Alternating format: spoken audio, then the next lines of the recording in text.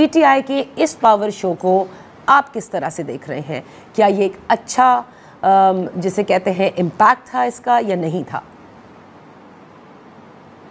देखें, मेरे ख्याल में अब इस बात पे तो बड़ा एक मुतज़ाद दावे किए जाते रहेंगे कि कितने लोग आए। कोई उनकी तादाद हज़ारों में थी, लाखों में थी, 20,000 थे, 50,000 थे।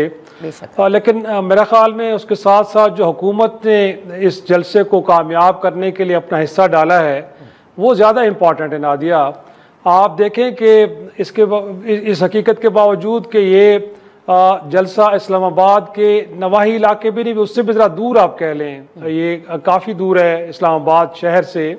नवाही इलाका ज़रूर उसका तस्वर होता है, हदूद इस्लामाबाद की है, लेकिन काफ़ी दूर है।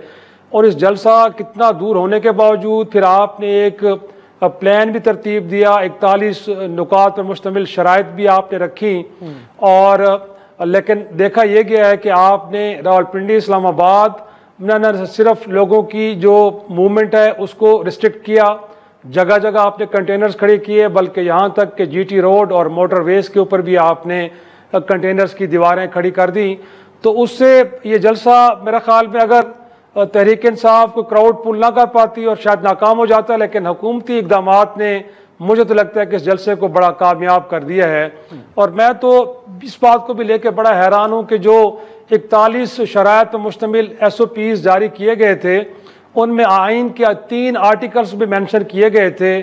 एक तो right to freedom of movement, गोया के कहा गया था तहरीक इंसाफ से कि लोगों की मूवमेंट को रिस्ट्रिक्ट नहीं करना, लेकिन हर जगह कंटेनर्स लगा के खुद हुकूमत वक्त ने इस कॉन्स्टिट्यूशन की 15वीं क्लास की वायलेशन की है। साथ में एक और क्लास मेंशन की कि भाई right to freedom of trade and business ये भी डिस्टर्ब नहीं होना चाहिए।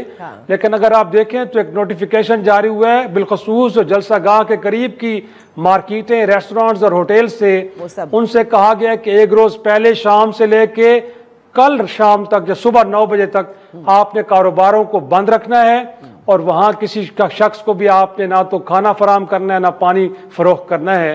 तो कॉन्स्टिट्यूशन की 18वीं क्लास की वायलेशन फिर हुकूमत ने की है।